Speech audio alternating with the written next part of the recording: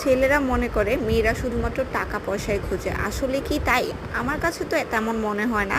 একটা মেয়ে কিন্তু খুব ছোট, ছোট জিনিস দেখেই খুশি হয়। যেমন এই শাড়িটা যদি আপনি কোনো একটা মেয়েকে গিফট করেন, সে এত বেশি খুশি হবে যা সে ৳১,০০,০০০ পেলেও খুশি হবে না।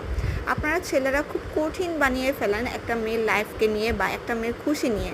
মেয়েরা কিন্তু একদম সিম্পল, সিম্পল জিনিসে খুশি হয়।